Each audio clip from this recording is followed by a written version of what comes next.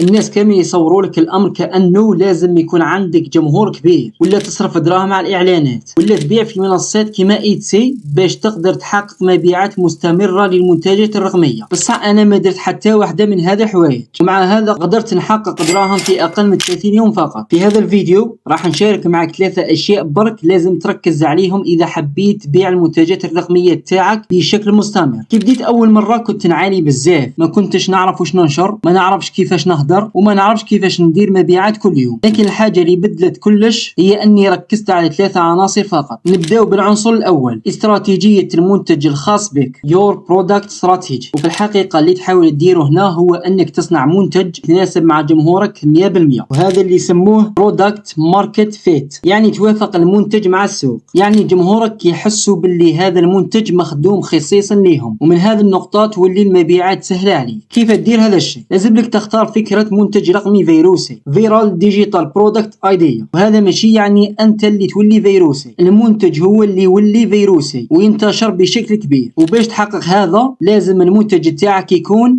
اولا يثير الفضول، يعني يكون في حاجة تشد الانتباه. الناس وهي تقلب في السوشيال ميديا تتوقف وترجع تشوف منتجك وتبحث عن التفاصيل حول المنتج تاعك. وهنا مربط الفرس، منتجك لازم يخلي الناس تحس بالفضول باش يعرفوا اكثر، يكون في حاجة قريبة لهم تشدهم وتلفت انتباههم، تخليهم يحبسوا ويوقفوا ويقولوا واش هذا، خليني نعرف اكثر. كيف تدير هذه الشرارة تاع الفضول؟ لازم المنتج تاعك يكون يحل مشكل محدد جدا، هايبر سبيسيفيك بروبلم. وهذا ثاني شيء، ما يكفيش انك تحل مشكل عام، لازم تكون محدد جدا جدا. اعطيك مثال، تخيل انك تخدم في مجال الصحة وتساعد الناس على خسارة الوزن، وتقول له منتجي يساعدك تنقص الوزن. الناس راح ترد وتقول كاين آلاف المنتجات والملايين تقول نفس الشيء، واش الحاجة المميزة عندك؟ هذا واش تقول الناس، وهذا اللي يديروه بزاف من الناس، وهذا ماهوش محدد كما يلزم. بصح لو كان تجي وتقول بصيغة واحدة أخرى منتجي يساعد النساء على خسارة دهون البطن دون التوقف عن تناول الكربوهيدرات أو السكريات تماما، هنا الجمهور راح يقول أنا مهتم. ضك هذا ولا مثير للاهتمام، راح يحس باللي أنت فاهمه وأنت تهدر عليه شخصيا، وراح يحس باللي راح تساعده بالطريقة اللي هو حابها. هنا يسمع لك، وهنا تولي جذبته ليك فعليا، وهذا هو اللي يعني حل مشكلة محددة جدا جدا. نروحوا للنقطة الثالثة، قدم وعد بتحويل قوي، بصح لازم يكون واقعي، يعني أنك تعده بتحويل مذهل وقابل للتحقيق، يعني توري له الفرق بين وين راه قبل ما يشري وين يقدر يوصل بعد ما يستخدم المنتج تاعك. النقطة أ العميل قبل المنتج، والنقطة ب العميل بعد ما يستخدم المنتج، وهذا هو التحول ترانسفورميشن. بصح رد بالك تبالغ، مثال راح تربح $100,000 الشهر الجاي من منتجي، حتى لو هو صح مثير ومشوق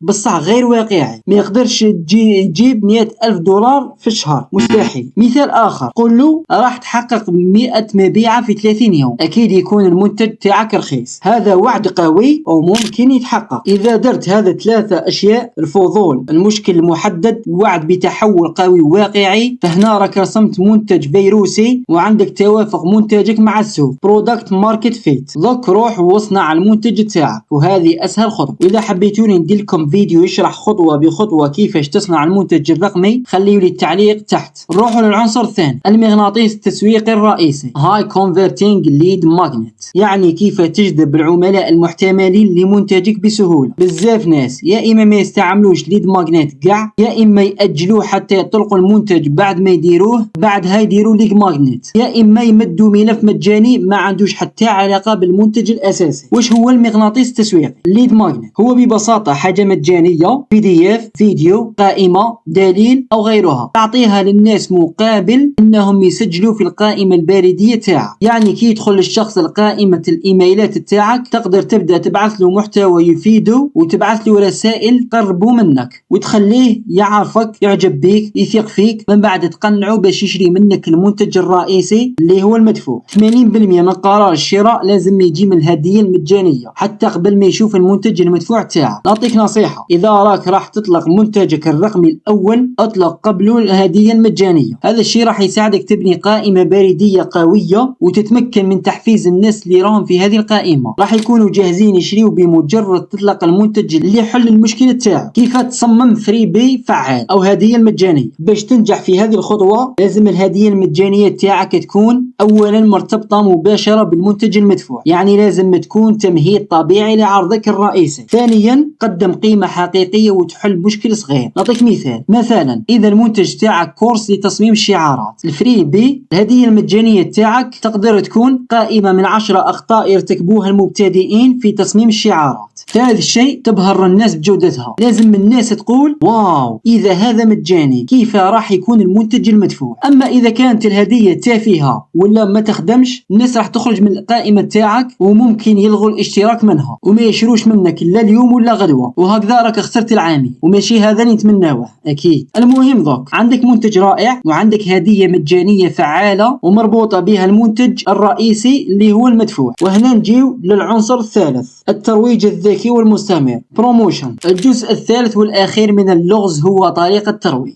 كما قلت لك في بداية الفيديو ما تحتاج جمهور كبير باش تبيع، وهذا الكلام صحيح، بالصح لازم يكون عندك نوعا ما من الجمهور. اوكي راح تجيب هذا الجمهور خطوة بخطوة. كيف؟ عن طريق جذب الناس لقائمة البريدية تاعك، ومن بعد يتحصلوا على الهدية المجانية اللي حكينا عليها قبل. بالصح السؤال كيف الناس توصل اصلا للهدية المجانية تاعك؟ يعني كيف تروج لها بطريقة استراتيجية؟ والجواب هو تروج في منصات تعتمد على البحث، سيرش بيست بلاتفورمز. يعني المحتوى تاعك راح يبان للناس اللي راهي فعلا تبحث على الشيء اللي تقدمه. وانا ننصحك بمنصتين تركز عليهم، يوتيوب وبنترست. عليه تعتبر هذه المنصات المبنية على البحث مهمة، لانه الميزة اللي فيها هي ماشي لازم تنشر كل يوم، والمحتوى يعيش لفترة طويلة ويجيب لك جمهور مهتمين بالمشكل اللي تحله. انشر لمدة 60 يوم قبل ما تدير اي بيع مباشر، فقط انشر محتوى مفيد ويكون متوافق مع السيو، واكيد لازم يكون رابطه بالهدية المجانية، بعدها رابطه بمنتج المدفوع تاعك الرئيسي. مثال حي، شوف كيف انا طبقت هذا الشيء معاك ديريكت في هذا الفيديو. انا مديت لك قيمة مجانية، شرحت لك خطة واضحة. بصح لو تحب مساعدتي مباشرة كاين مجتمع خاص تقدر تنضم ليه، كاين كوميونيتي خاصة تقدر تنضم ليها، نعطيك فيها منتجات رقمية جاهزة، دعم فني مباشر معايا. وحتى اذا ما حبيتش تنضم راك على الاقل خرجت من هذا الفيديو بمعلومات حقيقية ومفيدة، عطيتها لك مجانية، انت فقط طبقها وراح تشوف النتيجة. وفي هذا الفيديو اللي يظهر على الشاشة شاركت معاك كيف تبيع منتج رقمي باستعمال شات جي بي تي. ادخل شوفه، فيه برومتات جاهزة، خطوات عملية وتنفيذ مباشر. شوف الفيديو وراح نلقاك ثم. اذا راك حاب نزيد ندير فيديو على كيفية جعل منتجك الرقمي ينتشر بسرعة كبيرة وفيروسي، خلي لي تعليق لتحت. وهنا وصلنا لنهاية الفيديو. اذا استفدت من الفيديو خلي لي لايك، وما تنساش دير معك اشتراك في القناة،